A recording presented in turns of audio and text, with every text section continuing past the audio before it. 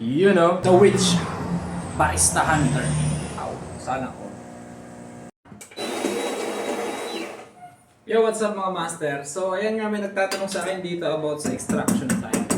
Kasi daw yung napasukan niya is naka-base daw sa ml, hindi sa extraction time. So, ipapaliwanag natin master. Para sa akin master, medyo complicated yon pag hindi ka gumamit ng extraction time. Tandaan nyo master, ang extraction time ang isa sa pinagbabasihan ng mga barista pagdating sa calibration. Kasi dun mo malalaman master kung under extraction ka or over extraction. So kailangan mo laging gumamit ng timer kung wala timer yung espresso machine na napili mo, no? So marami naman, mayroon tayong timer, yung magnet timer, o kaya naman master, yung lagi kong sinasabi, yung sandata ng mga barista, yung weighing scale. Kasi ito may timer to, di ba? Meron tayong tinatawag master na when the water hits the coffee, start the time. So meaning yung timer or yung time sa calibration ng espresso is napakahalaga, no? Kasi ano siya, parameters siya ng espresso.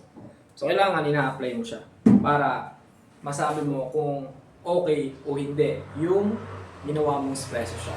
Pagka under extraction master, more on sourness. Pagka naman over extraction, more on bitterness. So ang kailangan natin sa espresso is balance ang sourness at ang bitterness. And may sweetness sa gitna or yung body niya. Okay? So kailangan natin gumamit lagi ng timer. Kasi yun ang basihan natin para makuha natin yung tinatawag na perfect shot. Okay? So kailangan laging may timer. Pag walang timer master, mahihirapan ka. Hindi mo masasabi kung ano ba yung lasa talaga. Pera na lang master kung magaling kang lumasa yung dila mo.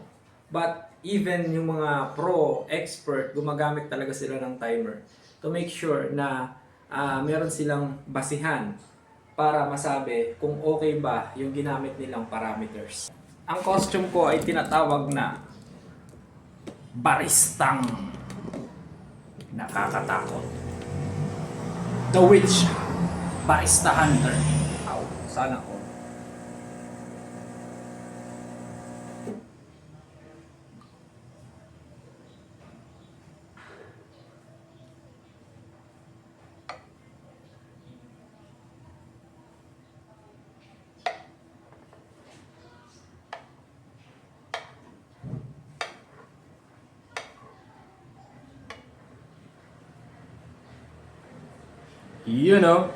And this is what we call Witch Barista Latte Art Wing Tulip. O, di ba? So, nagagawa ko to lahat ng to master dahil sa may sinusundan akong parameters.